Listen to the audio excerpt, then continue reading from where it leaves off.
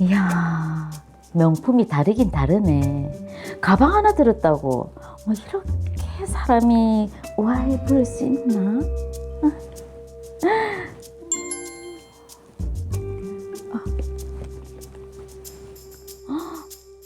진짜 매월 4%씩 들어오네. 효진 엄마 믿고 투자하길 잘했지.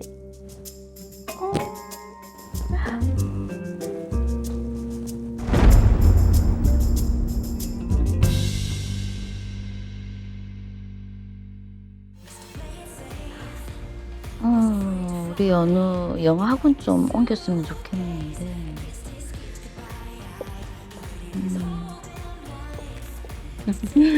연우 엄마, 뭘 그렇게 보고 있어?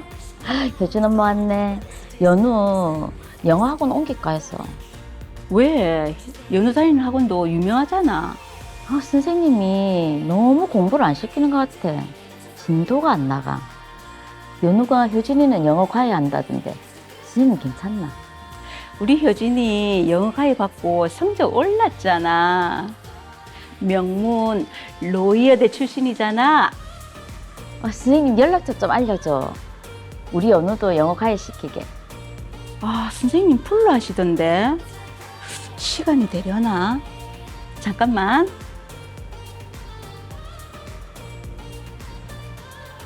연락처 보냈어. 내가 선생님한테 이야기해 놓을게. 고마워.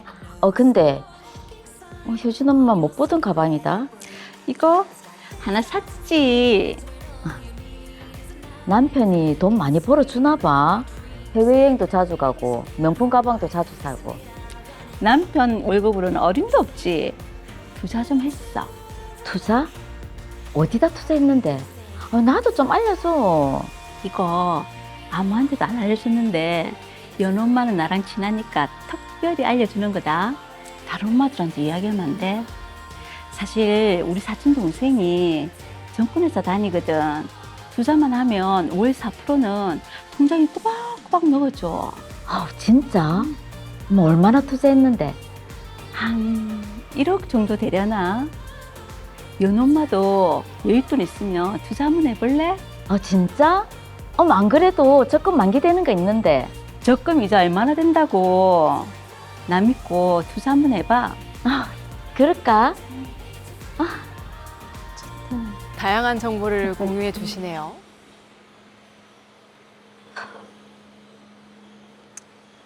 일단 2천만 원만 투자해볼까?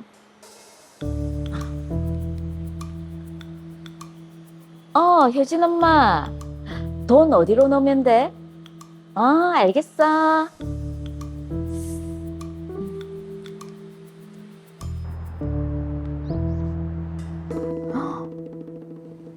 진짜 효진 엄마 말대로 매달 투자금의 4%씩 들어오네.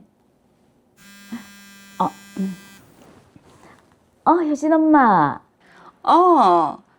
뭐해? 우리 내일도 받고 쇼핑 가자. 투자해서 돈 들어왔을 거 아니야. 그럴까? 내가 데리러 갈게.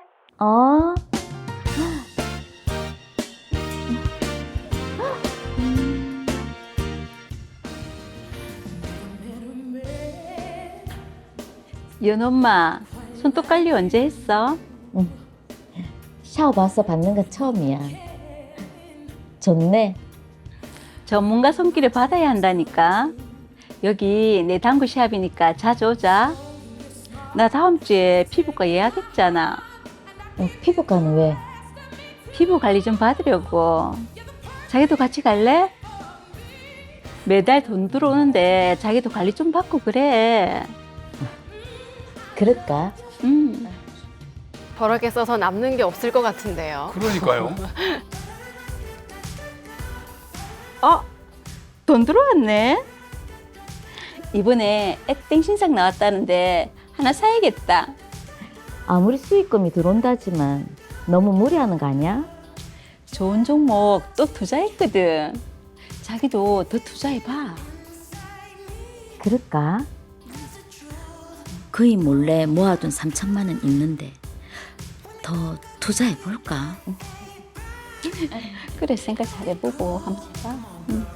네, 뭐 저도 아이들 친구 엄마들 종종 만나긴 하는데 한번 만나면 뭐 교육 정보부터 정말 다양한 뭐 키즈 카페부터 시작해서 주제를 얘기를 하거든요. 자, 그런데 이렇게 뭐 투자 정보까지도 공유를 하네요. 신뢰를 기반으로 한 인간관계, 특히 자녀를 매개로 형성된 학부모 모임은 그 특성상 신뢰도가 매우 높아 실제 학부모 모임을 통해서 금융, 부동산, 투자 상품, 수익 사업 등 투자처에 관련한 정보를 많이 공유되고 있습니다. 저도 이제 그 딸 키우면서 네. 저희 아내 보니까 이제 그 딸 친구 엄마들이랑 얘기를 하면서 처음에는 그냥 그 아이들 수업 관련, 그렇죠. 뭐 학업 예. 관련 이런 얘기를 하다가 나중에는 결국 집안 관련 거기에다가 각종 정보들이 난무를 하더라고요 보니까. 막 숟가락 몇 개인지 젓가락 몇 개인지까지 맞아요. 이렇게 막내하면서 몰랐던 정보들을 이제 공유하곤 하긴 하는데, 자, 이 사례에서 정미라 씨는 이제 오선영 씨 말대로 투자를 했고 실제로 수익도 들어왔습니다. 사실 워낙 또 요즘에 뭐 주식이 또 장이다 보니까 투자 붐이다 그렇죠. 보니까 네. 나도 한번 발을 들여볼까 이렇게 생각하시는 분들 많으실 것 같은데, 이나리 변호사님 좀 주식에 관심 많으신가요? 네, 저도 주변에 좋은 종목 있다라는 얘기를 좀 듣기는 하는데요. 법조인이다 보니 오히려 더 조심하게 되더라고요. 실제로 투자 사기 피해 사건을 다뤄보면 처음엔 정말 수익이 들어오거든요. 네. 네, 그게 함정입니다. 변호사님은 이제 관심은 있지만 이제 접근은 좀 조심스럽다 이런 입장이시고, 사무장님은 어떠신가요? 저희 집에는요. 예. 돈과 관련된 모든 결정 사항은 안주인께서 아하. 제가 사고를 좀 쳤기 때문에 네, 네. 안주인께서 다 하십니다. 아주 현명하시네. 가정의 평화를 위해서 사모님의 말씀을 듣는 것으로. 자, 근데 이렇게 드라마에서 투자를 해서 일단 수익이 나니까 오선영 씨가 정미라 씨에게 더 한번 더 투자를 해보라라고 권유를 하는데, 보통 보면 자꾸 더 투자하라면 유도를 하는데 이게 사기나 범죄로 연결될 가능성도 있지 않습니까? 네, 범죄의 피해로 발생할 가능성이 매우 높은데요. 이라 씨는 투자 상품의 실체도 정확히 알지 못한 채 선영 씨가 얘기하는 월 4%의 수익이 난다는 말만 믿고 투자를 했고요. 실제로 투자 수익도 계속 받고 있으니 학부모인 선영 씨의 말을 신뢰할 수밖에 없는 상황인데, 여기서 만약 어느 순간 투자 수익이 더 이상 들어오지 않는다면 그때는 이미 사기의 피해가 발생했고 심지어 피해 회복도 불가능한 상황이 될 수 있습니다. 정미라 씨 입장에서 보면 수익도 나서 매달 들어오고 있고, 그리고 소개해 준 사람은 학부모, 같은 학부모니까 또 믿을 만한 사람이고, 네. 그럼 다시 또 투자를 좀 더 해보라는 권유가 있으면 저 같아도 좀 상당히 긍정적으로 생각해 볼 것 같아요. 자, 과연 그럴까요? 정미라 씨의 투자는 정말 적절한 선택이었는지, 아니면 예기치 못한 문제를 가지고 올지, 후폭풍을 가지고 올지 계속해서 한번 지켜보시죠.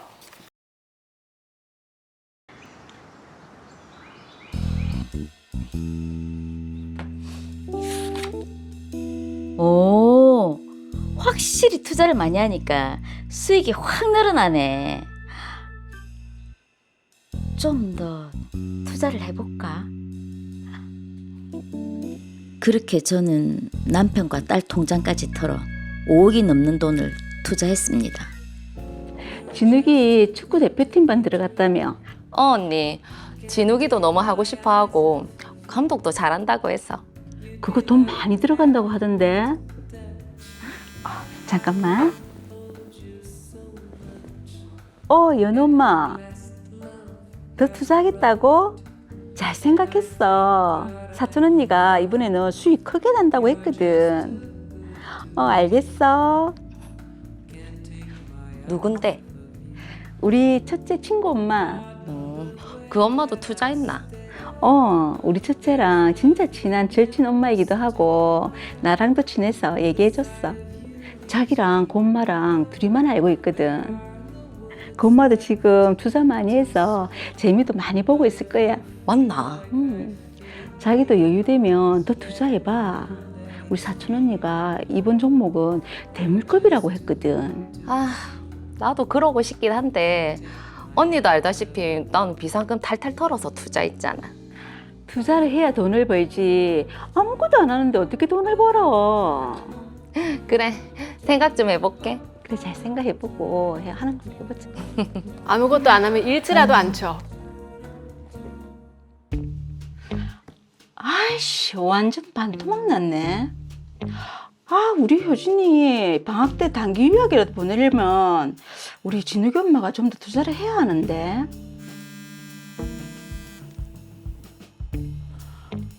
진욱이 엄마. 언니, 내 투자 좀 더 해보려고. 잘 생각했어. 얼마나? 5천. 내 이거 엄마한테 빌린 돈이라서 그 수익은 꼭 나야 된대. 당연하지. 우리 지금까지 수익금 안 들어온 적 없잖아. 알겠다.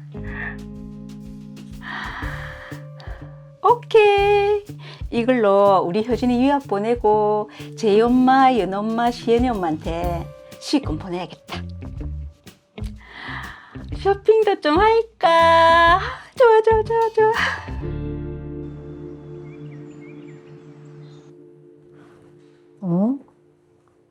이번 달에는 왜 수익금이 절반밖에 안 들어왔지?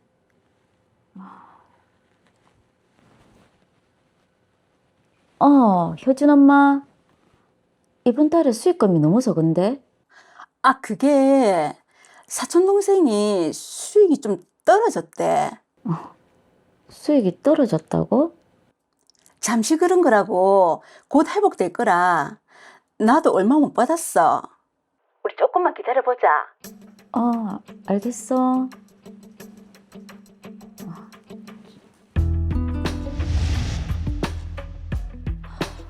하지만 수익금은 점점 줄어들었습니다.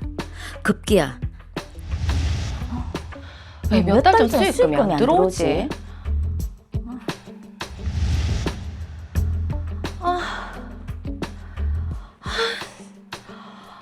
이제 이 언니 전화를 아예 안 받네. 수익금 안 나온다 하니까 이 핑계 저 핑계 대더만. 설마 아니겠지?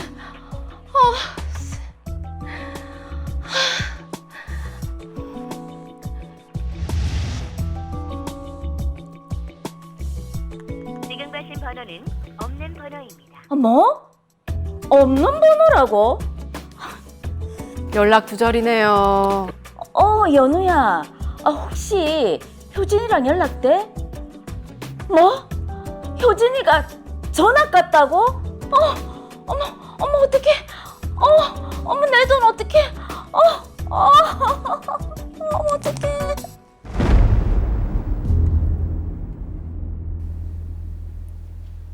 네, 결국 우려하던 그 일이 발생하고야 말았습니다. 저는 꺼림칙했던 게 뭐 사촌 언니라고 했다가 사촌 동생이라고 했다가 그 부분부터가 이상했어요. 그렇죠. 네. 보통 그 사기꾼들이 자기 말을 다시 뒤엎는 말을 뒤에 하게 되거든요. 네네. 거기에다가 예전에는 보면은 주로 개돈 들고 튀는 만한 사람이 많았는데 요즘 이런 투자 사기가 많은 것 같더라고요. 반으로 일단 수익금이 줄었다. 이럴 때부터 불안불안합니다. 결국은 이제 연락 끊고 바로 잠적까지 해버렸습니다. 네. 자, 오선영 씨는 이게 뭐 수익이 좀 떨어졌다가 금방 회복이 될 거다라고 했지만 이게 사실 뭐 투자 실패인지 아니면 사기인지 어떻습니까, 변호사님? 네, 사건의 정황상 선영 씨의 행위는 전형적인 폰지 사기로 보입니다. 폰지 사기란 다수의 개별 투자자들에게 배당금이나 투자 수익을 지급하지만 그 수익금이 해당 조직의 기업 활동을 통해 얻는 것이 아니라 투자자 자신이 투자금을 받거나 또 다른 후발 투자자들의 투자금에서 충당하는 형식으로 지급되는 것을 말합니다. 그게 일종의 수익 창출 없이 돈 들어오면 그걸로 이자 뿌리고 네. 이게 돌려막기식인데 정확하게 이게 어떤 수법입니까? 폰지 사기의 범행 수법은 크게 두 가지로 구분되는데요. 첫 번째, 미끼 수법. 예를 들어 현실 속에는 존재하지 않는 가공의 투자 상품이나 금융, 부동산 등 투자처를 허위로 만들어 현혹하는 방법이고, 두 번째는 유인 수법입니다. 즉 실제 투자 상품이나 투자처가 존재는 하지만 그것이 부실하거나 사실상 거기서 수익이 발생할 수 없는 상황임에도 불구하고 허위, 가장, 거짓된 행위 등의 수법을 동원하여 이를 속이는 행위입니다. 자, 결국엔 투자자 입장에서는 이게 정상적인 이제 투자인지 아니면 폰지 사기인지를 잘 구별을 해야 될 텐데 어떻게 좀 저희가 판단할 수 있을까요? 폰지 사기는 지속적인 수익률을 가시하고 리스크에 비해 지나치게 높은 수익을 보장하며 투자 환경이 급변하는데도 믿기 어려울 정도로 안정적인 성과를 낸다고 선전하는 특징이 있습니다. 네. 폰지 시스템은 종국적으로는 붕괴할 수밖에 없는데 수익이 발생한다 하더라도 그 수익의 구조는 배당금의 규모보다 작기 때문입니다. 그러면은 말씀을 들어보니까 처음에 미라 씨가 받은 그 월 4%의 수익금도 이게 결국에는 투자의 수익이 아니라 다른 사람의 돈일 수도 있겠네요. 네, 제가 이 사건을 좀 더 조사해보니 미라 씨가 투자 초반에 받은 월 4%의 수익금은 미라 씨가 투자한 원금에서 지급된 것이었고요. 네. 그 뒤에는 박진희 씨와 같은 다른 학부모 투자자들로부터 받은 투자금에서 수익금을 지급하는 구조였습니다. 즉 피해자들이 투자 수익인 줄 알았던 돈은 사실 다른 학부모에게서 뜯어낸 투자금이었습니다. 근데 만약에 말이죠. 지금 오선영 씨가 자기도 피해자다. 내가 사촌을 믿고 투자를 했기 때문에 나도 속았다. 이렇게 주장할 수 있지 않습니까? 드라마에서 보면 그런 주장을 하셨는데 수사 결과 선영 씨가 말한 유명 증권사에 다닌다는 사촌 동생은 가공의 인물이었습니다. 네. 그리고 실제 어떠한 곳에 투자한 적도 없는 미끼 수법으로 확인되었습니다. 와. 선영 씨는 피해자인 학부모들로부터 받은 돈으로 일부 피해자의 수익금을 지급한 것 외에 나머지는 연간 1억 원 이상의 백화점에 소비하는 VIP 생활, 아파트 분양, 자녀 유학비, 고가의 외제 차량을 구입하는 데 사용하였습니다. 자, 만약에 이렇게 뭐 단순히 좀 소개만 한다고 해도 이게 문제가 되나요? 예를 들어 실제 선영 씨에게 증권사에 다니는 사촌 동생이 존재하고 네. 사촌 동생이 투자자를 모집하는 데 있어 단순히 소개만 한 경우 그 사촌 동생이 유인수법을 사용한 폰지 사기의 범행을 저질러 주범으로 형사처벌된다면 선영 씨는 관여 정도에 따라 공동정범이나 방조범이 될 수는 있습니다. 이때 선영 씨 역시 사촌 동생의 사기 범행에 속은 피해자임을 입증한다면 형사적 책임은 지지 않을 수도 있습니다. 자, 그리고 좀 심각한 게 지금 정미라 씨는 남편과 딸 통장까지 이제 깨서 5억 원을 투자를 했는데 아우 이거 어떡합니까? 너무 막막하실 것 같은데요. 근데 뭐 정미라 씨도 그렇지만은 박진희 씨도 마찬가지예요. 네, 5천만 원 이거 빌려서 예. 꼭 수익 난다고 했거든요. 이 두 사람을 지금 이제 어떻게 해야 됩니까?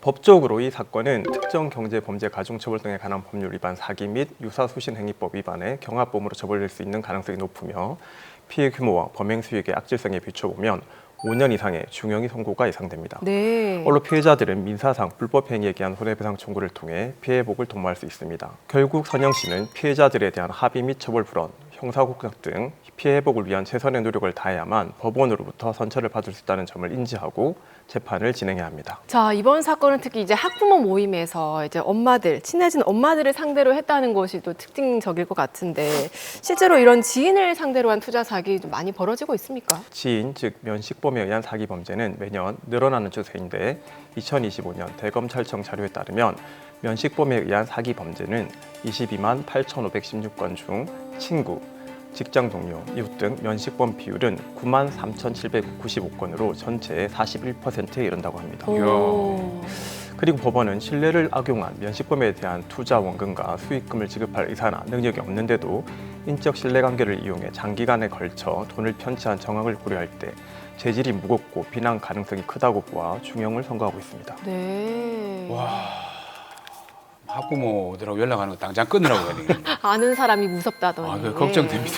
근데 만약에 그래도 건강한 투자들이 있으니까 정확하게 투자 사기를 피하려면 이 점만큼은 좀 주의하자. 어떤 게 있을까요? 지금부터 제가 말씀드리는 부분을 꼭 기억하시기 바랍니다. 네. 첫째, 지인 간에는 돈 거래를 가능한 한 하지 않는 것이 좋습니다.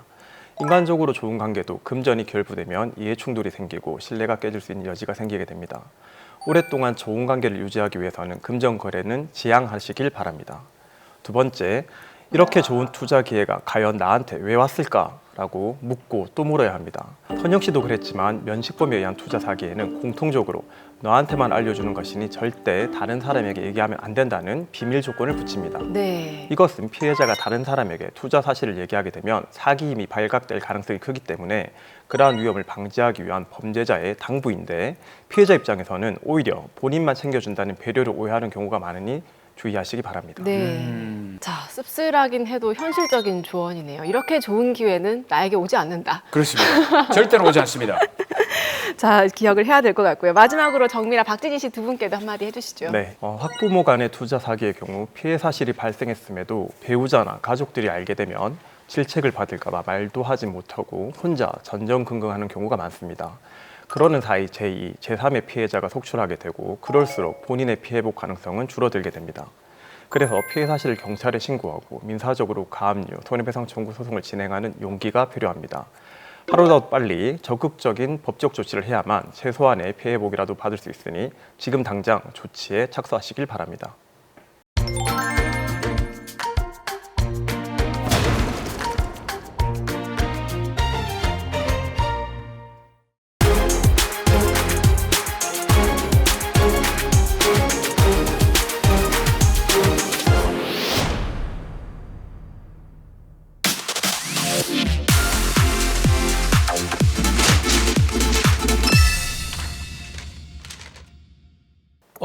이거 법적으로 괜찮나? 살다 보면 이렇게 고민하게 되는 상식과 법 사이에 그 미묘한 차이가 있습니다. 그 미묘한 차이를 OX 법정에서 낱낱이 파헤쳐 보겠습니다. 네, 자 생활 속에서 애매한 상황을 들으시고 두 분께서 O인지 X인지 한번 현명하게 판단을 해주시기 바랍니다. 자 사건 만나볼까요? 자, 오늘의 첫 번째 주제는 주거 침입입니다. 의외로 애매한 상황이 많습니다. 네. 첫 번째 사연은 시누이 때문에 열을 제대로 받은 올케 사연입니다. 레디 액션. 아, 내일 동창회 엄마가 사준 가방을 좀 가지고 가볼까? 이게 뭐야? 스크래치가 나 있잖아. 설마 아가씨가? 어제부터 그렇게 가방을 빌려달라고 하던데 전화 한번 해봐야지. 아가씨? 아, 언니 왜요? 아가씨, 제 가방 몰래 가져가셨죠? 아니 무슨 가방 안 가져갔는데요?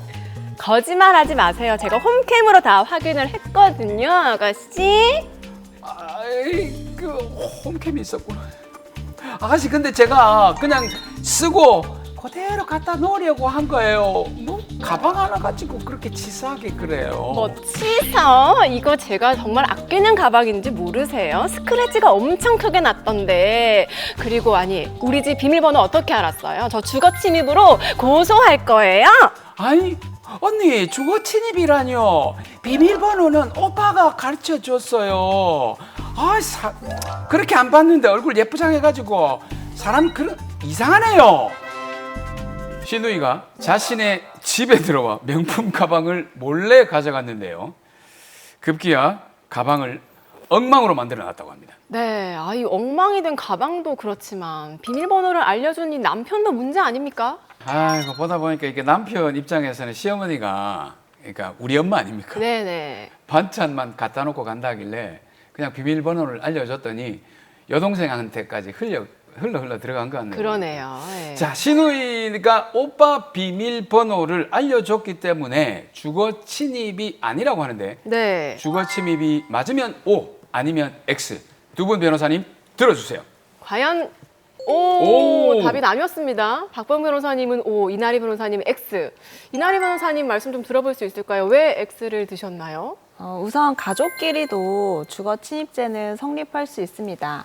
대법원은 주거 침입죄 보호법액을 사실상 주거의 표현으로 보고 있기 때문입니다. 가족끼리라 하더라도 주거 침입죄가 성립이 될 수 있다 그러면 O를 들었어야 되는데 왜 X를 드신 거예요? 드셨어요. 예. 네, 최근 대법원 판례에 따르면 공동 거주자 중 한 사람의 현실적인 승낙을 받아 통상적인 출입 방법으로 들어갔다면 설령 그 행위가 부재 중인 다른 거주자의 의사에 반하는 것으로 추정되더라도 사실상의 평온을 해치는 행위 태양으로 볼 수 없어 주거침입죄가 성립하지 않는다고 판시했습니다. 위 대법원 법리에 비추어 보면 시누이는 공동 거주자인 남편으로부터 또 시어머니를 통화한 것 같긴 합니다만 네네. 어찌됐든 그 비밀번호를 받아서 통상적인 출입 방법으로 현관문을 통해 출입한 것이기 때문에 사실상의 평온을 해치는 행위 태양으로 보기 어렵기 때문에 주거 침입죄로 처벌하기는 어려워 보입니다.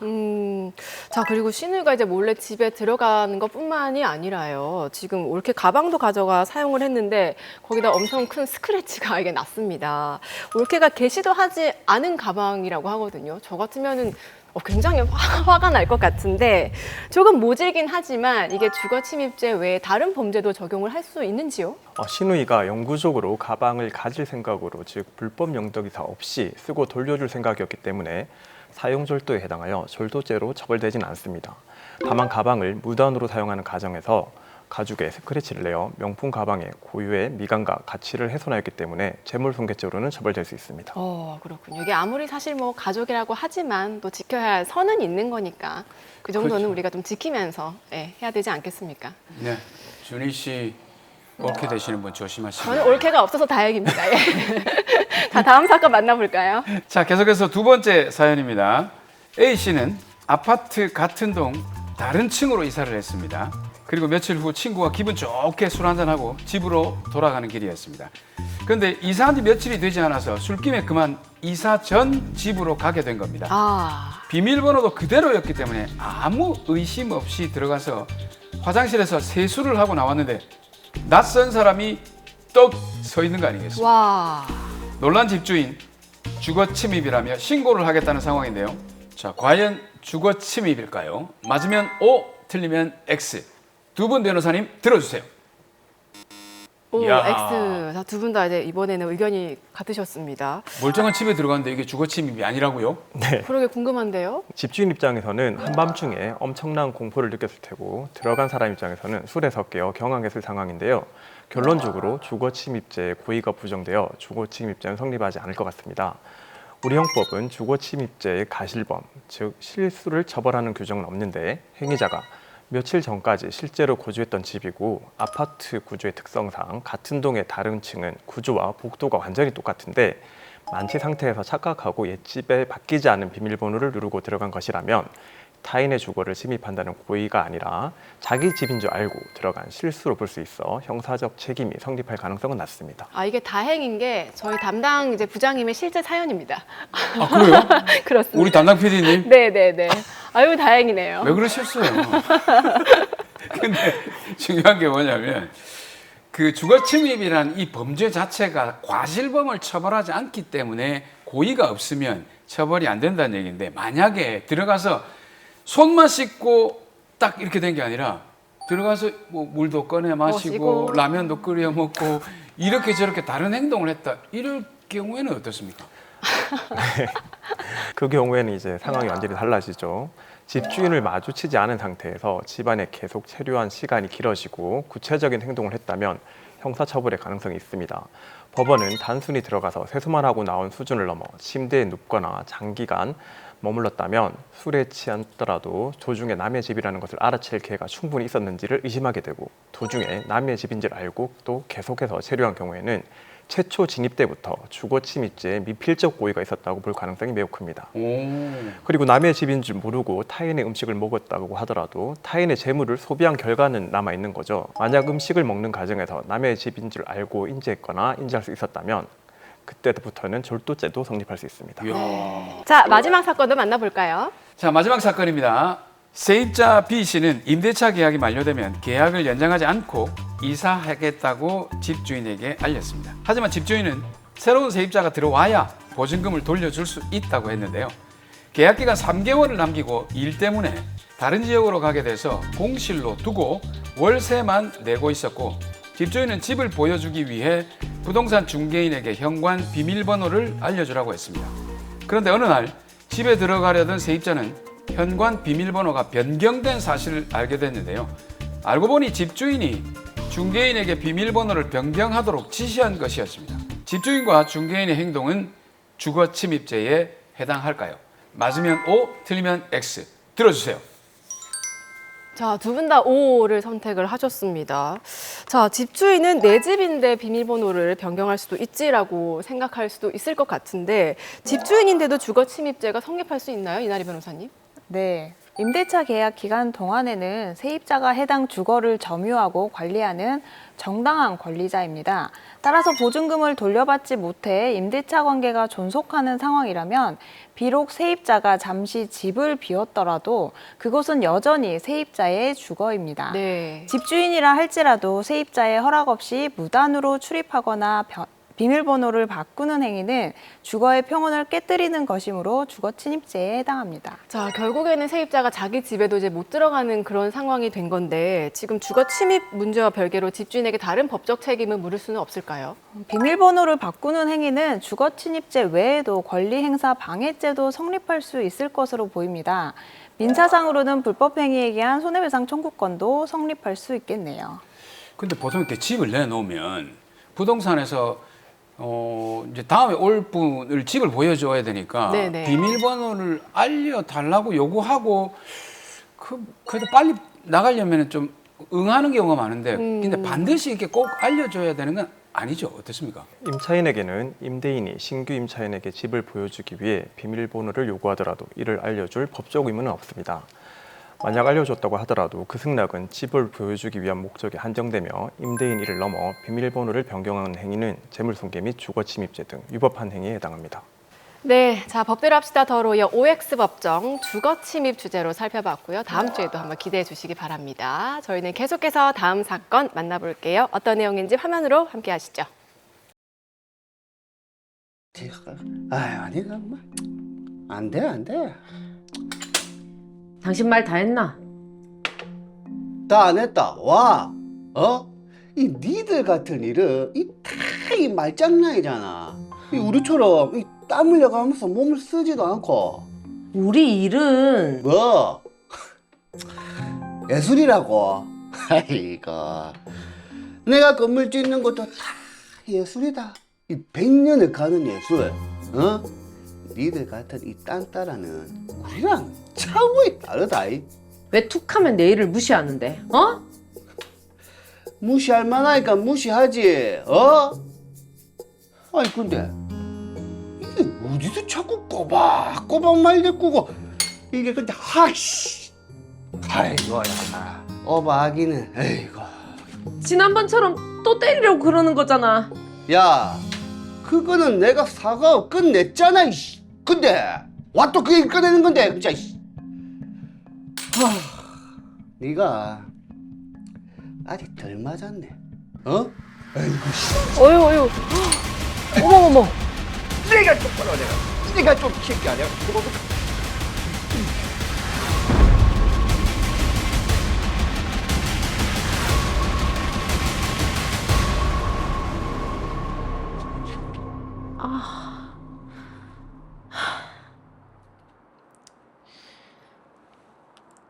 네. 죄송합니다. 제가 오늘 병가를 좀 내야 할 것 같아서요. 네, 정말 죄송합니다. 네.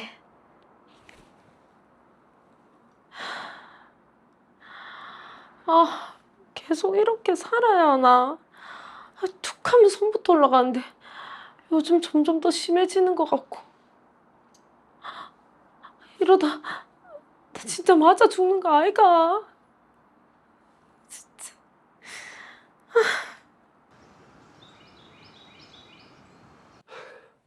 여보,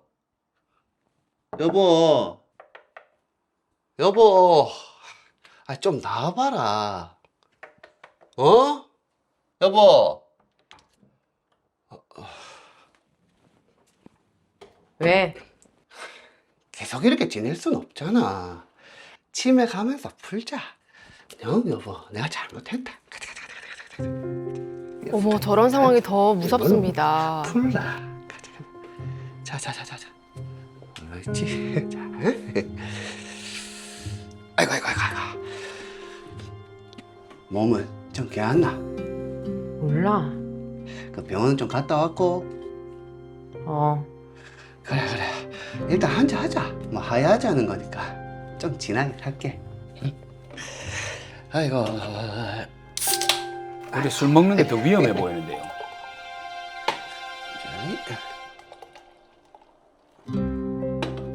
자.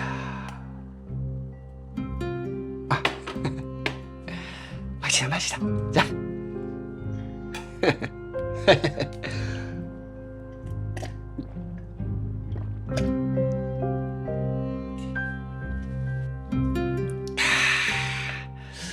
여보, 내가 진짜 다시는 여보 몸에 손 안 댈게. 딱 한 번만 용서해주라, 여보. 그렇게 용서를 구하는 것만도 벌써 몇 번째인 줄 아나? 꼭 사람이 술만 마시면 그렇더라. 당신 알코올 중독 아이가? 뭐? 눈빛이 또 알코올 중독? 이 옆에 내야지 터진 입이라고요. 남편이 알코올 중독자면 참 좋겠다. 아니, 왜 말을 또 그렇게 받는데? 그럼 뭐 제봐두고 뭐 술만 좀 마시는 거 같고 뭐 알코올 중독자니 뭐냐 하는데 니 같으면 기분이 좋겠냐고. 또 왜 급발진인데? 아유 씨, 이게 진짜 또 사람 돌게 하네 진짜. 네가 이러니까 내가 먼저 손이 나가는 거 아이가 진짜. 때리는 게 다 내 탓이다. 진짜 어이가 없네. 뭐 어이가 없어? 이게 진짜 오늘 아우 잘해줄래도 진짜 잘해줄래. 주위 일로 안 오나? 네, 유현주 씨가 남편에게 이제 폭력을 당하다가 급기야는 도망을 가게 되는 그런 상황까지 벌어졌습니다. 야, 21세기에 저런 일이 있을 수 있습니까? 와, 이거 박영준 씨 정말 이러시면 안 되는데. 자, 박보현 변호사님 평소에 이제 가정폭력 사건 많이 이제 담당하시는데 이 사건 지금 어떻게 보셨습니까? 정말 안타까운 상황입니다. 제가 방송에서도 수차례 말씀드렸지만 한 번 시작된 가정폭력은 재범 확률이 매우 높기 때문에 첫 피해 사례 발생 시부터 적극적인 법적 조치를 해야만 반복되는 피해에서 벗어날 수 있음을 꼭 명심하시기 바랍니다. 네. 자, 이나리 변호사님께서도 보시면서 좀 이렇게 인상을 찡그리시는 모습을 봤는데 어떻게 보셨어요? 네, 마음이 많이 안 좋습니다. 가정폭력 사건에서 피해자분들이 가장 힘든 부분 중 하나가 도망가려 해도 갈 곳이 없다는 것인데요. 유현주 씨처럼 차 안으로 피신하는 상황도 실제 사건에서 자주 보게 됩니다. 야, 지금 드라마 끝에는 이제 어디로 도망을 갔는데 그게 차 안이었던 것 같네요, 보니까. 아유. 근데 이렇게 지금 사건을 보면은 네. 술을 마시고 음주 중에 남편이 가정폭력을 범한 그런 상황이거든요. 이게 좀 강력한 처벌이 필요할 것 같은데요, 변호사님. 네, 맞습니다. 과거에는 가정폭력이 그 문제의 심각성에도 불구하고 가정 내의 문제로 치부돼서 사회적으로 방치돼 왔죠. 하지만 가정폭력 범죄의 처벌 등에 관한 특례법이 제정됨에 따라 사회와 국가가 가정폭력에 적극 개입할 수 있게 됐는데요. 가정폭력 범죄 행위자에 대한 보호처분 등을 통해 가정의 평화와 안정을 회복하도록 하고 있습니다. 자, 그러게요. 이런 상황이라면 일단 경찰에 좀 신고를 하는 게 중요할 것 같은데 신고를 하면 어떤 조치가 취해지나요? 신고를 할 경우에는 가정폭력 범죄의 처벌 등에 관한 특례법 제5조에 따라 응급조치가 취해지는데요. 출동한 사법경찰이 폭력행위를 제지하고 가해자와 피해자를 분리합니다. 이후에 피해자를 가정폭력 관련 상담소나 보호시설로 인도를 하고요. 긴급 치료가 필요한 경우에는 의료기관으로 인도를 합니다. 그리고 상황이 심각하다면 피해자 보호 명령이나 신변 안전 조치를 청구할 수 있습니다. 자, 더 이상 이게 참고 살 일이 아닙니다. 만약에 이런 일을 당하시고 계시다면은 꼭 신고를 하셔서 도움을 받으셨으면 좋겠습니다. 그리고 또 제가 좀 조사를 해보니까 네. 음주 후에 가정폭력을 저지르고 네. 술이 깬 후에 그 사실을 기억을 못하는 분들이 꽤 있습니다. 아우. 박보현 변호사님, 이런 분들이 반드시 의학적인 치료가 필요하겠죠. 음주 후 가정폭력을 행하고 기억이 나지 못하는 행위자의 경우 단순한 기억 상실은 형사 책임을 면제하거나 감경하는 사유가 되지 않고 오히려 알코올 사용 장애의 표지로서 전문적인 의학적 치료가 필요한 상태로 확인됩니다. 법원은 이런 경우 치료명령, 치료위탁, 수강명령 등 치료적 처분을 적극적으로 활용하고 있습니다. 자, 여러분들 보신 지금 이 상황이 끝난 게 아니라고 합니다. 앞으로 또 어떤 일이 벌어졌는지 계속해서 화면으로 확인을 해보시죠.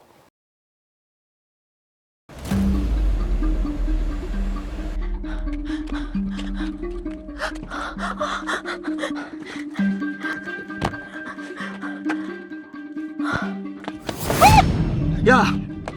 아이씨, 야! 좋은 말한테 내리라. 빨리 안 내리나, 씨. 아니 이게 지금 공포 영화도 아니고. 야! 좋은 말로 할 때 내려라. 안 내리나, 진짜, 씨.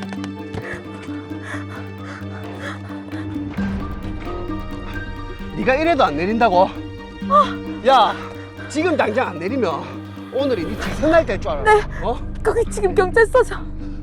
제가 남편한테 어이씨. 가정폭력을 당했어요. 빨리 좀 와주세요. 어머. 내리자. 돌 던지시는 건가요? 이야. 안 내리나?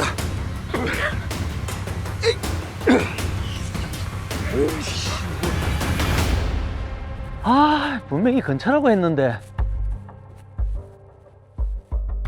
친구자분, 어디 계십니까?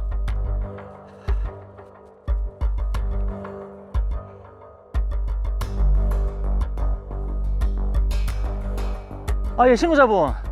제가 이 근처까지 왔는데 정확한 위치를 좀. 거기 큰 사거리에 슈퍼 보이시죠? 거기 뒤쪽인데. 예, 제가 여기 지리를 좀 잘 몰라서요. 저기 경찰차 보이네요. 제가 그쪽으로 가겠습니다.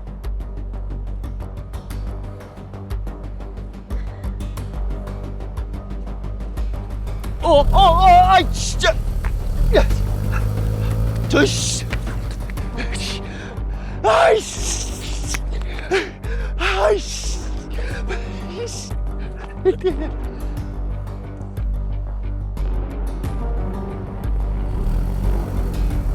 일단은 잘 빠져 나왔습니다. 차가 왔다 갔다 하는 게 음주를 한 모양이네. 여보세요? 예, 그 경찰서죠? 예, 여기 음주 의심 차량이 있었어요. 예, 그래서 연락드렸습니다. 예, 예, 예. 아, 예, 예, 예. 수고하십니다. 가정폭력 신고자분 맞으시죠? 네, 맞습니다. 남편분은요? 아마 지금 이 근처에서 저 찾아다니고 있을 겁니다. 신고 단속바람 차량 번호 17가 6957 지금 음주 신고가 들어왔는데 피해자분 차량입니다. 음주 측정에 협조 좀 부탁드리겠습니다. 아, 네. 더더더더더더. 술 많이 드셨네요. 혈중 알코올 농도가 0.104입니다. 바로 경찰서로 같이 가셔야겠습니다. 아우, 일이 이렇게 되나요? 아니, 제가 그 술을 마신 건 맞지만 지금 상황이... 술을 드셨고 운전을 하셨으니까 음주운전입니다. 아니, 저는 지금 가정폭력을 피해서... 그리고 경찰관 분이 제 위치를 못 찾으니까 제가 여기까지 온 거잖아요. 아니, 운전한 거리도 진짜 한 30m밖에 안 되는데 그걸 음주운전이라고 하면... 저는 규칙대로 집행할 뿐입니다. 음주운전 입건 조치하겠습니다.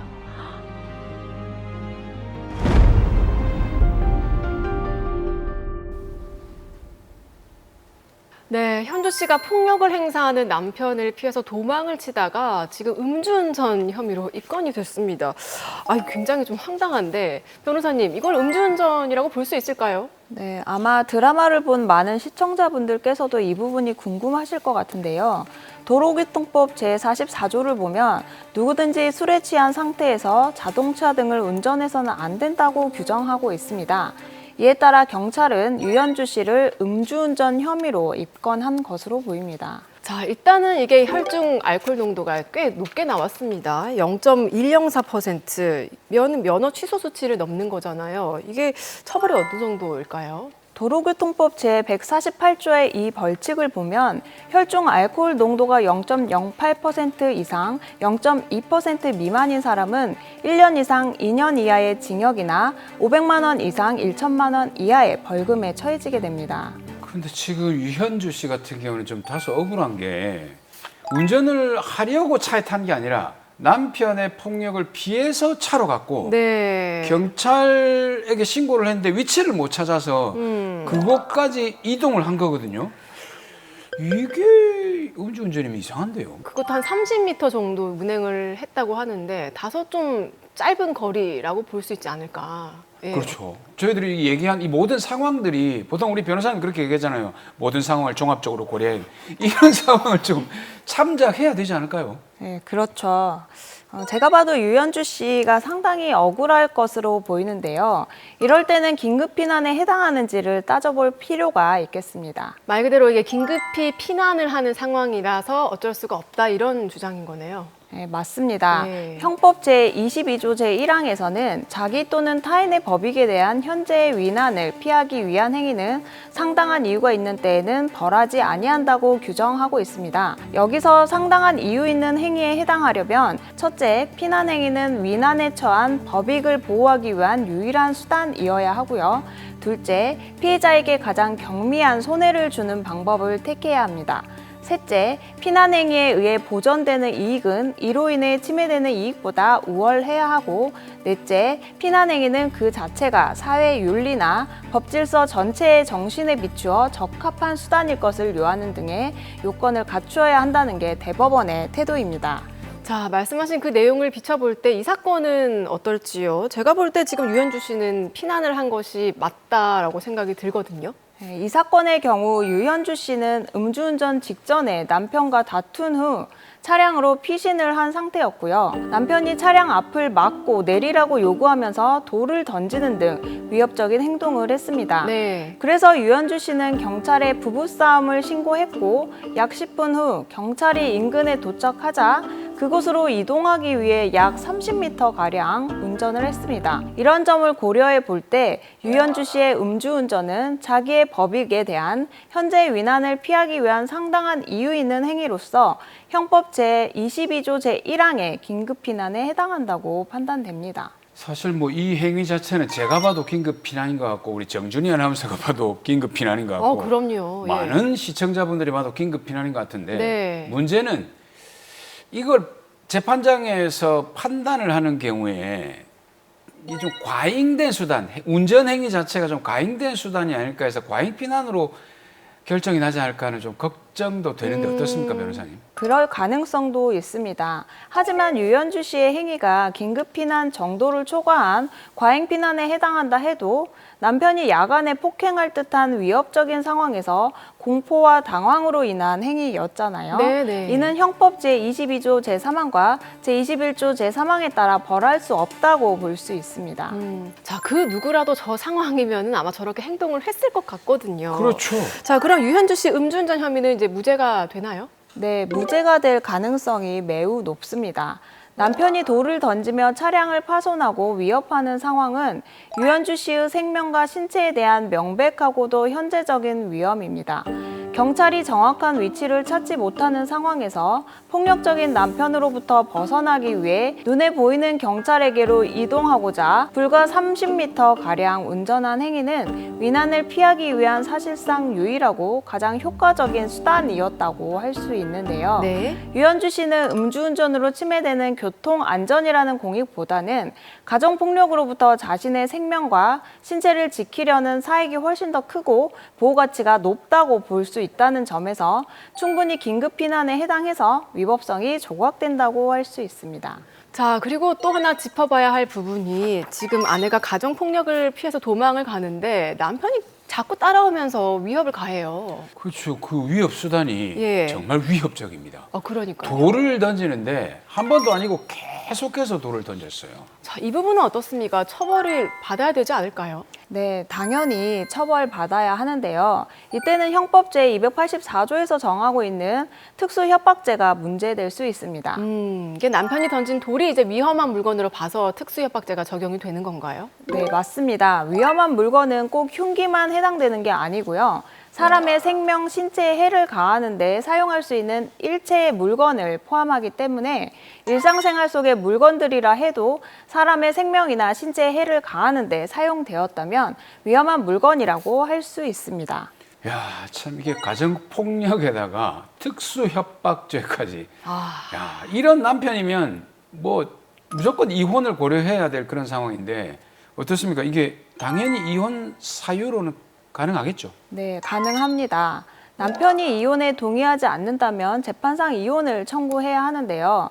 민법 제840조 재판상 이혼 원인 중 제3호 배우자 또는 그 직계 존속으로부터 심히 부당한 대우를 받았을 때 그리고 제6호에 기타 혼인을 계속하기 어려운 중대한 사유가 있을 때 해당해서 이혼이 가능할 것으로 보입니다. 자, 그리고 이 경우에는 남편에게 유책 사유가 이제 명백하니까 위자료도 좀 받을 수 있지 않을까요? 당연히 받을 수 있습니다. 남편 박영준 씨의 행위는 재판상 이혼 사유가 됨과 동시에 민법상 불법 행위에 해당합니다. 남편의 가정폭력과 특수협박 행위는 혼인관계의 본질을 침해하는 중대한 유책 사유입니다. 이로 인해 유현주 씨가 입었을 정신적 고통은 경험칙상 명백하므로 법원도 박영준 씨의 위자료 책임을 인정할 것으로 보입니다. 사실 위자료 책임 인정되면 우리나라 같은 경우에는 좀 액수가 너무 적거든요. 저는 뭐 개인적으로 늘 징벌적으로 이런 걸 매겨야 된다고 보는데 어떻습니까? 이 경우 위자료 어느 정도 나올까요? 위자료 액수는 혼인기간 폭력의 정도와 기간, 피해의 심각성, 사건 이후의 정황 등을 종합적으로 고려해서 결정되는데요. 이 사안처럼 생명의 위협을 느낄 정도의 폭력과 협박이 동반된 경우 상당한 액수의 위자료를 인정할 수 있습니다. 네, 정말 툭하면 손이 올라가는 그 남편과의 결혼 생활을 마무리하시고 또 새로운 또 황금빛, 핑크빛 또 생활을 이어나가시기를 바라겠습니다. 자, 마지막으로 시청자분들께도 한마디 해주시죠. 우선 음주운전은 어떤 이유로도 정당화될 수 없는 자신과 타인의 생명을 위협하는 중대한 범죄이고 오늘 보신 사례는 지극히 예외적인 경우라 할 수 있습니다. 다만 가정폭력 등의 위험에 처했다면 다른 어떤 것도 생각하지 마시고 즉시 안전한 곳으로 피하고 112에 신고하는 것이 최우선입니다. 그 후에 병원 진단서나 폭행 흔적, 파손된 물건의 사진 등 증거를 확보해 두시는 것이 중요합니다. 가정폭력은 집안일이 아닌 명백한 범죄이며 결코 혼자 겪어내야 할 문제가 아닙니다. 용기를 내어 주변과 전문기관에 반드시 도움을 요청하시기 바랍니다.